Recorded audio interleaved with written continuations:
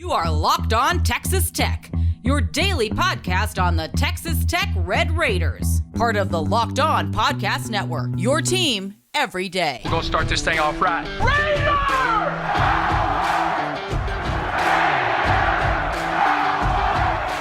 Everything runs through Lubbock.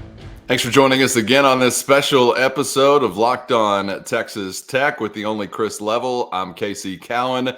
I'm sure, as you have heard by now, the world has lost a true character as former Texas Tech Indiana coach Bob Knight passes away at the age of 83 this week. And wanted to take a little bit of time to join you here once again, Chris, to talk about Coach Knight's time in Lubbock, because I think at the time that you might have heard as a fan that there was any possibility, and I remember exactly where I was, as a matter of fact, when I heard there was a possibility that Coach Knight could be making his way to West Texas. And you knew at that time, that'll be an interesting hire, will be an interesting announcement, might be an interesting news story. And it was all of those things, but I don't know how much I ever anticipated as a basketball fan at Texas Tech that it would actually be, now wait for it, interesting basketball. You've had some successful eras in your men's basketball program's history prior to Coach Knight's arrival.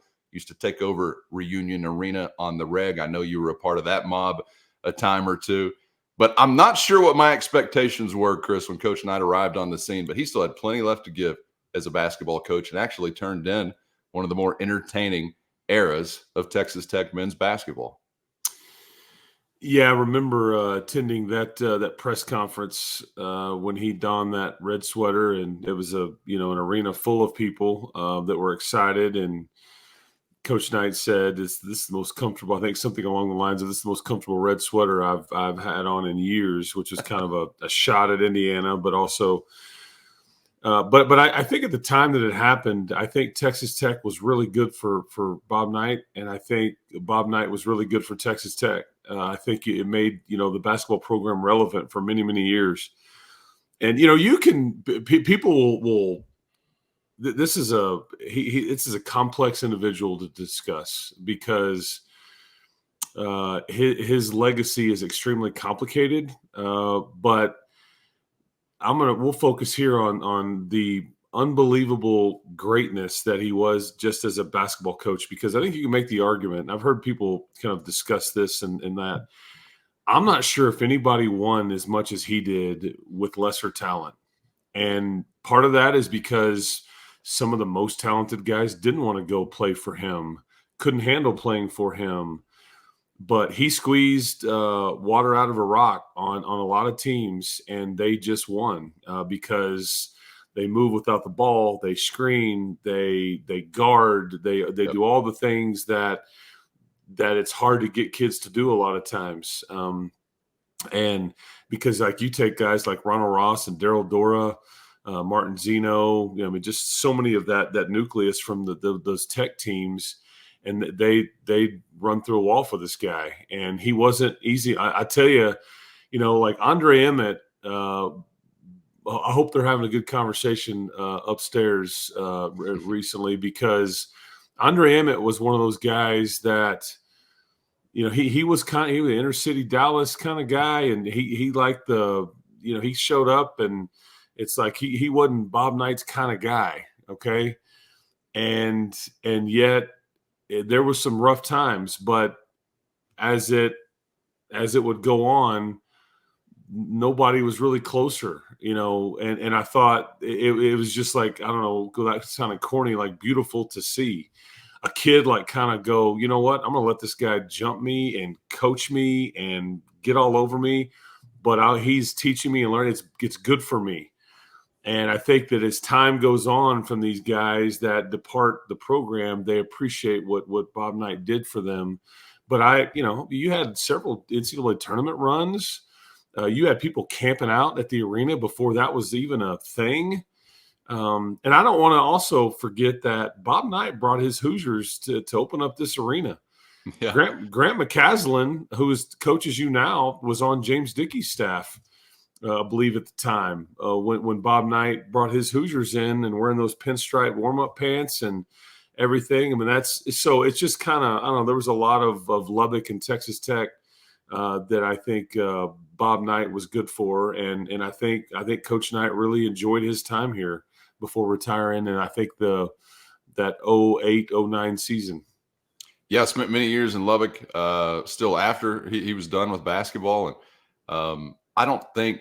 I mean, I remember going back to Andre Emmett, and correct me if I'm wrong on some of these timelines, but a freshman season spent under James Dickey, I think, and kind of was cracking into maybe a starting lineup or sort of making an impact. But I remember when that change happened, Chris, and then all of a sudden Coach Knight was here, and Andre Emmett emerges as, I don't know, the program's best scorer ever or something like that, at least in that kind of company. And I'm thinking, whoa, this is not the dude I saw a season ago. Now, of course, there could just be some individual progression and maturation, but that was one of those points where what you're describing right there was really visible. What Bob Knight specifically as a coach was able to get out of Andre Emmett was amazing, given what I kind of just as a fan saw as his trajectory before Coach Knight and just in a freshman season. That was amazing. And I did see, whether it was Tech or Indiana or Army, if you want to throw them in as well, I think I saw that Coach Knight had one guy, and you can probably guess who, go on to be an NBA All-Star. All those teams,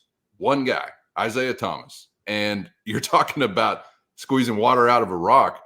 I mean, that's amazing to me. A guy that's got 3 national titles, the last undefeated season in college basketball, many, many other achievements, obviously, with various teams. One NBA All-Star that came out as a result of that. And, man, I don't know if we're ever going to see anything like this again. I don't know if the world is built for anything like this again as far as the discipline that it took to find the success with teams that were not uber talented. And I lament that reality, as a matter of fact. I think it does speak to sort of the makeup of young individuals now and what they're willing to put themselves through to try to be successful. Like you just said, I'm going to let this guy coach me up, jump me here or there, and see how it makes me better. Some took that opportunity and ran with it. Others did not. But I think that pool that you're kind of fishing in once upon a time to find those kind of guys has shrunk over the years. So that's something else I kind of regret, is just seeing a show that we'll never really see again, I don't think, in the same kind of way.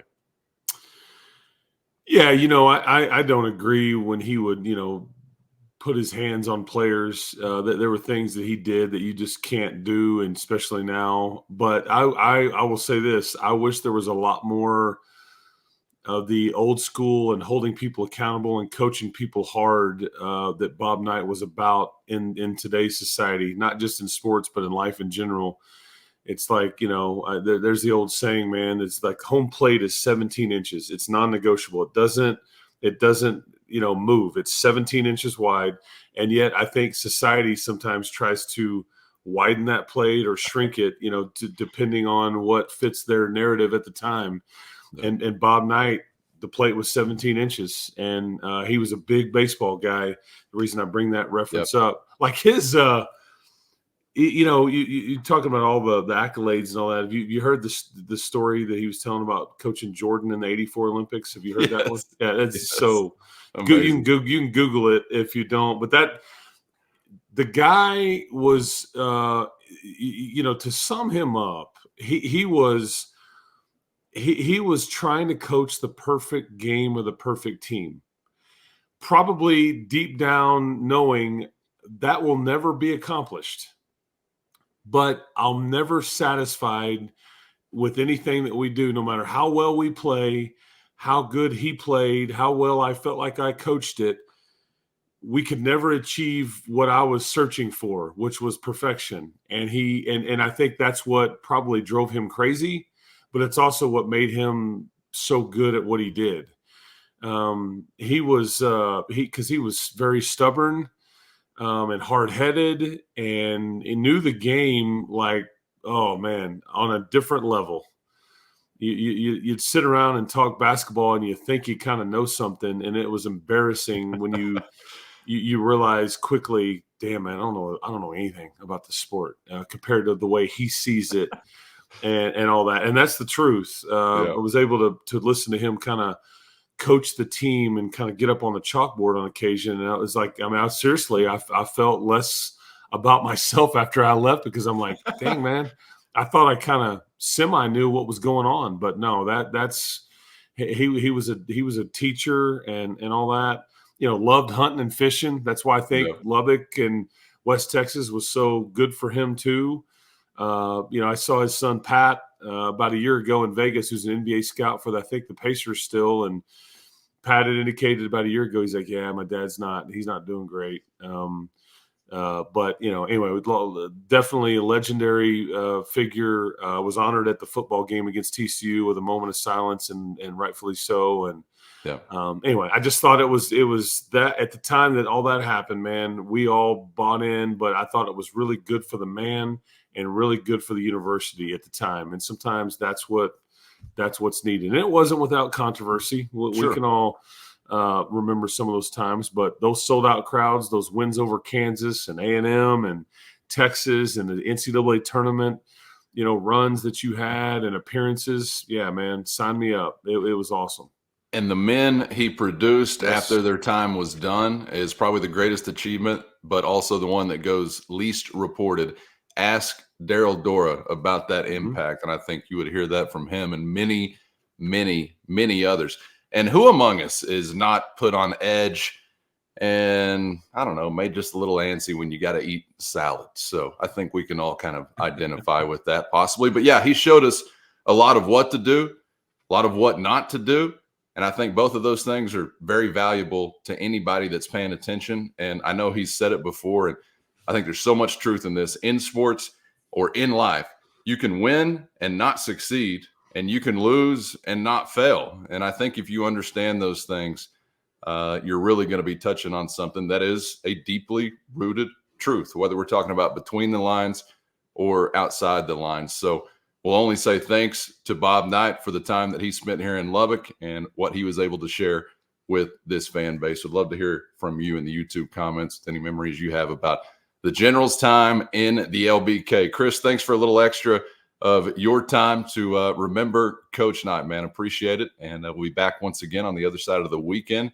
I imagine talking a lot of football, so we'll see you then. Yeah, man. Enjoy the weekend, everybody, and salute to a legend and Bob Knight. Appreciate it. No question. For Chris Level, I'm Casey Cowan. Subscribe on YouTube or anywhere you get podcasts so you never miss an episode, and we'll see you for the next round on Locked On Texas Tech.